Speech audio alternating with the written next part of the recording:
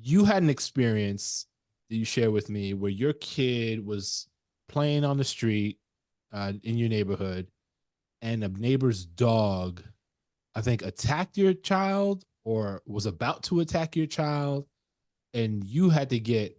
I mean, you weren't even around. I think it was your wife Yeah. who was around. Yep. Good memory.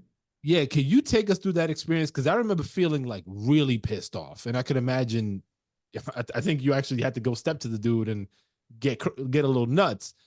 But the the the way that kind of unfolded. Can you take us through that? Because I think there's a valuable lesson in that, and also just like Mhm. a crazy experience. Yeah, I was where I work from home. So I was up in my, you know, office and the kids were coming home from school, I think. And at that point there were only three kids, and I think my wife maybe was pregnant. Um,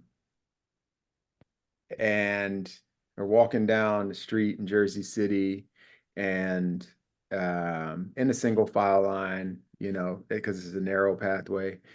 And uh, they weren't like yelling, they weren't making broad, aggressive movements, they weren't, being extra. They were just walking. And apparently, uh, somebody walking down the other side of the street, um, on the same side of the street, but on the path coming from the other way, had a dog, and the dog was, I had space on the leash, and it walked by. My kids walked by, and as the kids walked by, the dog just turned and bit. It was just like Hmm. broke skin, just turned and bit. But no, there was no premeditation. There's no like lead up. There's no like whoa, whoa, whoa, whoa, whoa. It was just like a turned and bit, um, turned and bite. And anyway, I talking about it now, it doesn't seem as impactful as it was back then, but it really was, because what happened was the dog bit my son and then lunged at my daughter, and he didn't even do anything to like react to the lunge of my daughter. Right. And anyway, my wife had some words to say, to him, but ultimately just kept it moving because the dog was still there. Came in the house and was visibly shook, and she grabbed me. He was like, "Yo, this dog just bit Major." And so, anyway, what happened was I went over there. One, automatically I went into, hold up, this dog just bit my son. I need to know if it has rabies. I need to know if it Mm. has the shots. I need to understand, why this happened, if there was anything that we did. And then, I also wanted to look the guy in his face, because normally, if that was me and my dog bit somebody, I'd be the first to like put the dog away and then go have a conversation with that family or that man or that wife, like, right? Like, it would be, let me get the dog away and then I will follow up.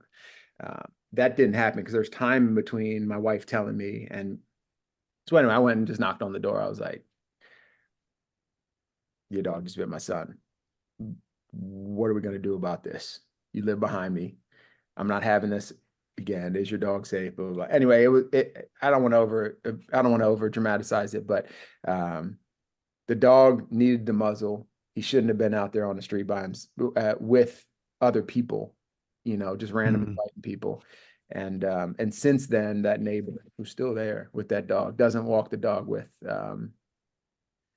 A in leash? in hours, doesn't Oh. walk the dog in hours that there are other people on the street. Mm. I also, I thought long and hard about whether I should call the Humane Society or not, and ultimately I did, but not because I felt like I was at threat anymore. I was like, it was a risk anymore for me, but like, what about the neighbors? What about the other kids? It's a lot of kids in the neighborhood.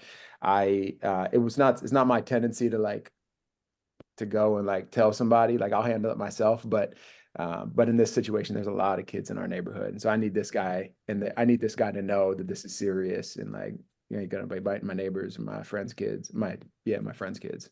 So.